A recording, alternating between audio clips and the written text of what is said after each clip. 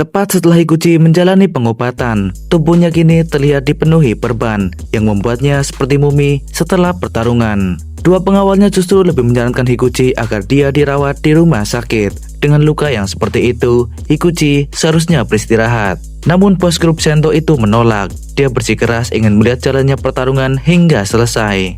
Higuchi sendiri merasa baik-baik saja, meski bawahannya sedikit mengkhawatirkannya sama seperti sebelumnya. Higuchi memang keras kepala. Jika dia terus dibantu, dia malah merasa bisa lumpuh. Higuchi bisa berjalan sendiri, tetapi mereka juga menilai luka-luka itu takkan sampai membuat Higuchi lumpuh. Ini karena sejauh ini mereka sudah banyak melihat pertarungan, namun menurutnya pertarungan Higuchi salah satu yang terbaik.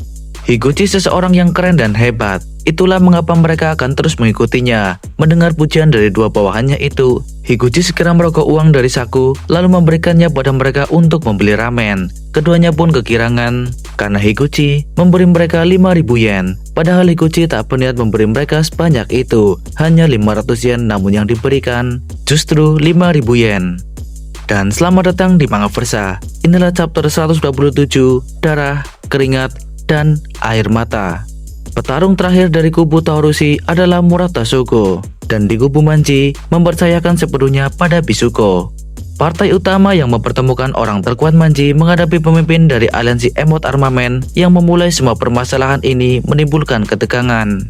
Tepat sebelum memulai pertarungan, Shogo memanggil Hana. Bos armamen ini berkata setelah ia mengalahkan Bisuko, selanjutnya dia akan menantang Hana. Sebuah tantangan terbuka itu mendapat sorotan dari Mitsumasa dan Amachi, dua orang kuat yang pernah dikalahkan Hana sebelumnya. Hana menunjukkan gestur tanda ia setuju. Jawaban dari tantangan itu dibalas senyuman oleh Murata Shogo. Sorakan dukungan kubu Manji 7 mereka tunjukkan pada Bisuko, satu-satunya harapan mereka yang tersisa untuk menyamakan kedudukan. Shogo segera mengatur nafas sambil terus mengamati situasi. Untuk sesaat, dia merasa gemetar sekaligus tertantang dengan seorang musuh yang sangat-sangat kuat. Dengan teriakannya, Shogo segera berlari untuk menyerang Bisuko. Dia segera melancarkan sebuah pukulan, namun secara mengejutkan pukulan Bisuko mendarat jauh lebih cepat. Jangkauan tangan Bisuko mengungguli Shogo. Akibatnya bos armamen ini pun roboh seketika. Sebuah serangan yang sangat mengejutkan tentunya, melihat kekuatan seorang Bisuko yang sangat mengerikan. Sosoknya yang tak banyak bicara, tenang dalam membaca situasi, membuatnya semakin disegani. Daya tahan Shogo terkuras hanya untuk menahan efek pukulan Bisuko. Dengan susah payah bos armamen berusaha untuk kembali berdiri.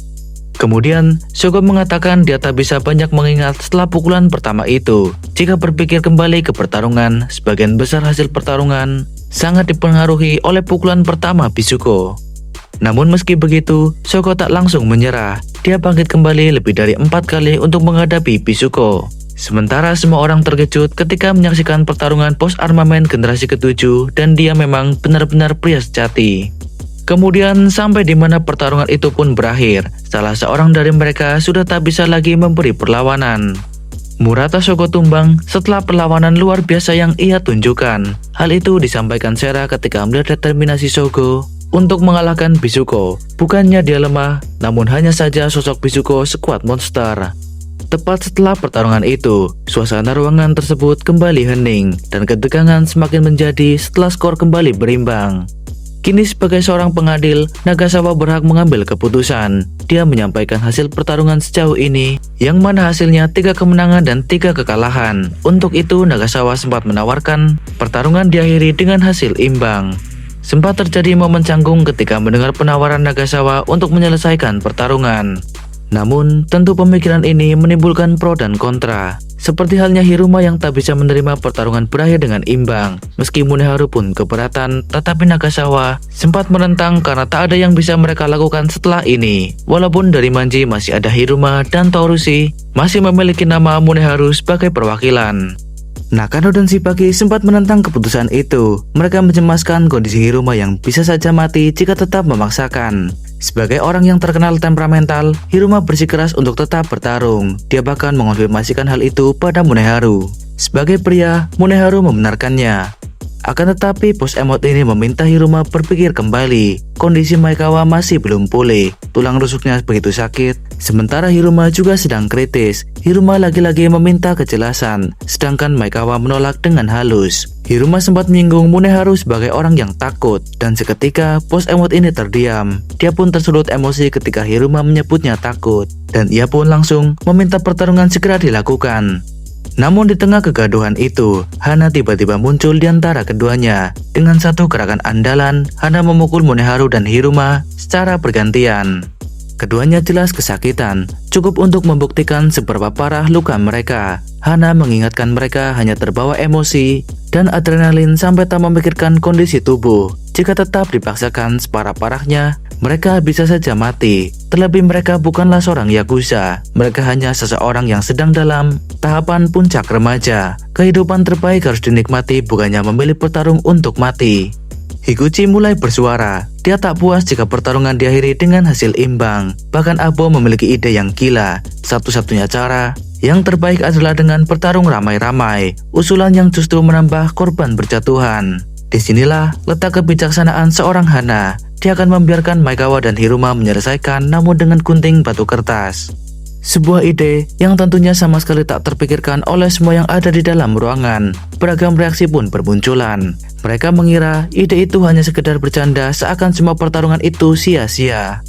Namun Hana berpikir mereka semua sudah cukup melihat teman-teman mereka menumpahkan darah. Karena itulah Hana mengajak mereka mengakhiri semuanya dengan gunting batu kertas. Bisuko pun tertawa mendengar usulan Hana. Dia justru mendukung hal tersebut, sebuah ide yang menarik yang belum pernah terpikirkan siapapun. Bahkan Nagasawa pun bingung apakah mereka serius melakukan gunting batu kertas untuk pertarungan terakhir. Kemudian sebagai seorang pengadil, Nagasawa mempersilahkan Maekawa dan Hiruma maju ke depan. Nagasawa segera menjelaskan peraturannya. Ketika dia menyebutkan batu, kemudian darah, keringat, dan air mata, mereka bisa memulai. Perlu mereka perhatikan, kompetisi ini hanya dilakukan dalam satu kali kesempatan. Hiruma dan Maekawa sempat mempertanyakan pertarungan tanpa melibatkan fisik. Dengan kode yang diminta Nagasawa, rasa-rasanya begitu asing di telinga. Namun karena Nagasawa memiliki kuasa sebagai pengadil, dialah yang memutuskan dengan cara apa mereka menyelesaikannya. Karena bukan kemampuan bertarung yang diuji, kondisi ini justru lebih menegangkan daripada yang dibayangkan. Ketegangan mulai terjadi di antara Hiruma dan Maekawa. Bahkan Maekawa sampai berdoa agar dia bisa menang. Kemudian, Nagasawa mengatakan batu sebagai kode mereka untuk bersiap. Setelah Nagasawa menyebutkan darah, keringat, dan air mata, di situ Hiruma dan Maekawa sama-sama menunjukkan gestur gunting. Dan sangat mengejutkan, kondisi ini membuat mereka masih berimbang. Bagi Hiruma dan Maekawa merasa mereka hanya selangkah dari kekalahan ataupun kemenangan. Hiruma merasa tegang karena imbang, sama halnya yang dirasakan oleh Maekawa. Pertandingan itu jauh lebih merusak mental dan tubuh jika dibandingkan dengan pertarungan. Nagasawa segera meminta mereka bersiap, mulai dari aba-aba, batu, darah, keringat, dan air mata. Ketegangan lagi-lagi memuncak, semua perhatian tertuju ke tengah arena, dan ketika Hiruma, Maekawa sangat serius kali ini. Hasilnya, Hiruma mengeluarkan gunting dan Maekawa mengeluarkan kertas. Chapter 128, Syair Pujian pada Grafiti yang Menutupi Benteng. Hasilnya telah diketahui, Hiruma Yushi menang dalam pertandingan. Kubu Manji Seven pun bersorak untuk kemenangan Hiruma. Sementara itu, Maekawa terlihat sangat menyesal. Ia juga meminta maaf karena gagal membawakan kemenangan. Namun Hana tak mempermasalahkan hasilnya, karena menurut Hana, tak ada yang lebih membanggakan daripada keberhasilan diri sendiri. Walaupun ucapan Hana diprotes karena Maekawa memang kalah. Sebuah kemenangan dengan cara yang tak terduga. Ini menjadi pengalaman pertama bagi Nagasawa melihat pertempuran yang seperti ini. Setelah itu, semuanya pergi meninggalkan gedung ini. Semua urusan telah dibereskan. Sebelum mereka berpisah, Abo dan Maekawa memuji kinerja Nagasawa sebagai pengadil. Namun ia juga meminta lain kali saat bermain gunting batu kertas supaya tak menambahkan darah, keringat, dan air mata. Nagasawa menyambut hal baik itu. Dan mungkin mereka akan bertemu lagi suatu hari nanti. Oh ya, Nagasawa juga mengungkapkan bahwa di kelompoknya ada seseorang bernama Yamada-yu, nama yang terkesan manja lainnya meski ditulis dengan cara yang berbeda.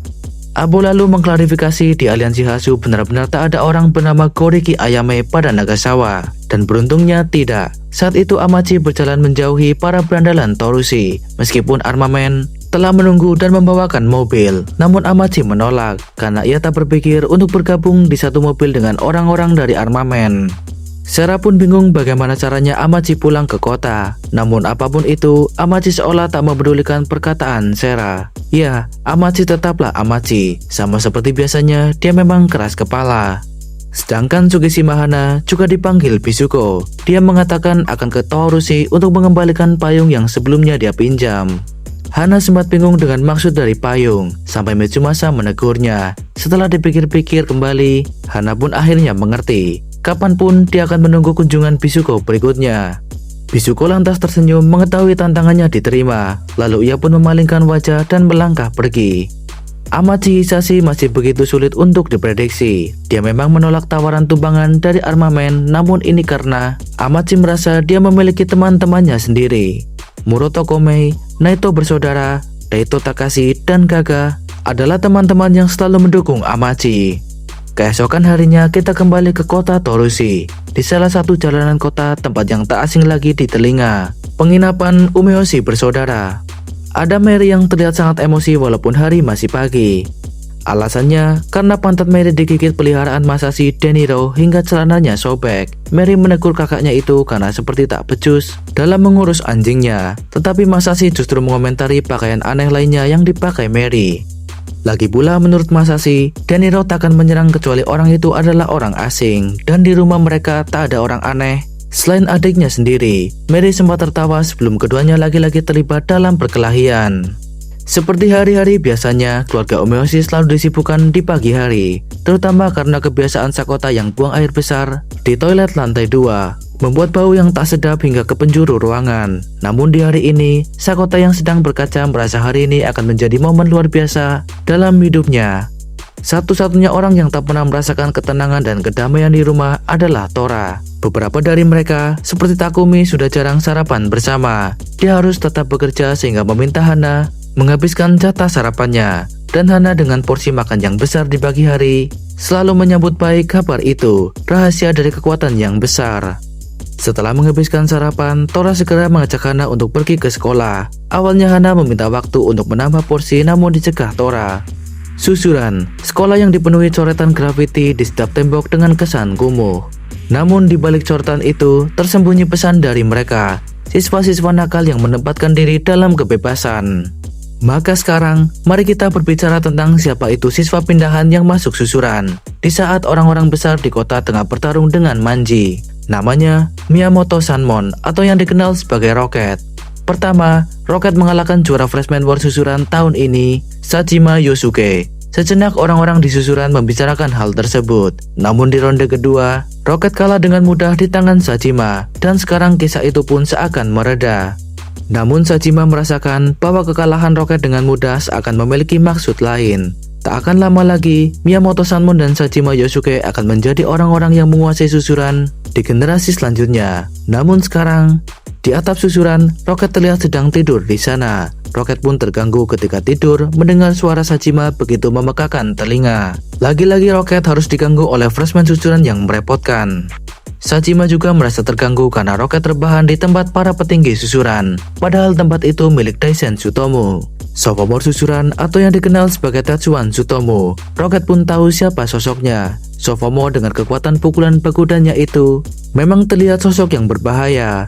Sajima lantas membenarkan, bahkan menurutnya kencing Daisen saja bisa membuat Rocket diterbangkan hingga 200 meter. Meskipun Rocket sendiri tak tahu, dia hanya merasa bosan.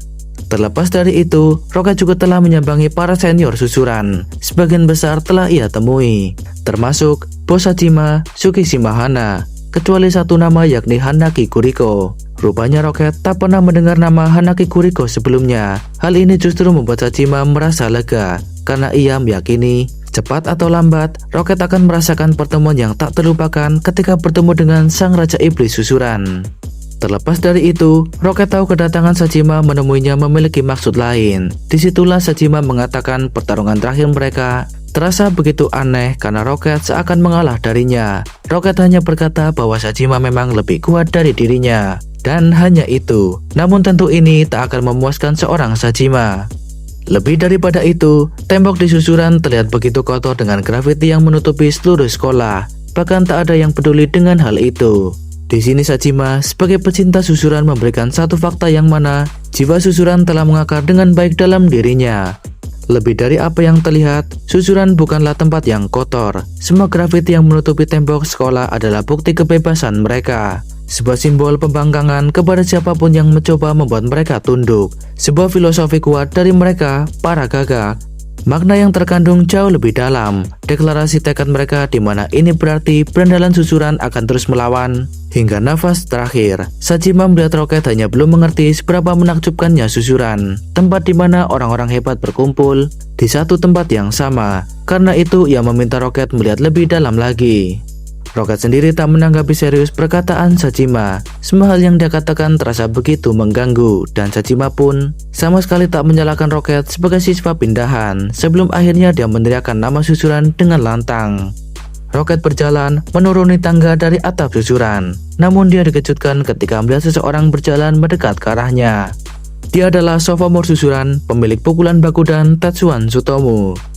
Jika membicarakan orang berbahaya, Daisen adalah salah satunya. Rocket memilih jalan lain demi menghindari bertemu Daisen, tetapi di jalan lain pun lagi-lagi ia terkejut. Karena dari arah sebaliknya muncul sosok senior dinosaurus susuran Takefumi Sakota. Menurut Rocket, sophomore susuran Daisen Tsutomu terlihat berbahaya, tetapi senior Takefumi Sakota juga sama berbahayanya. Rocket yang tak ingin terlibat dalam masalah memilih menjauh tanpa mau mengganggu para orang berbahaya. Disitulah ia melihat sesuatu yang aneh di balik kotornya susuran.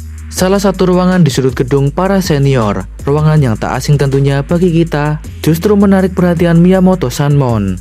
Rocket pun berdiri tepat di depan kamar pribadi sang Raja Iblis, gerbang neraka yang tak ada seorang pun berani mendekati tempat tersebut. Selanjutnya, generasi baru versus Demon King. Terima kasih telah menyaksikan dan sampai jumpa.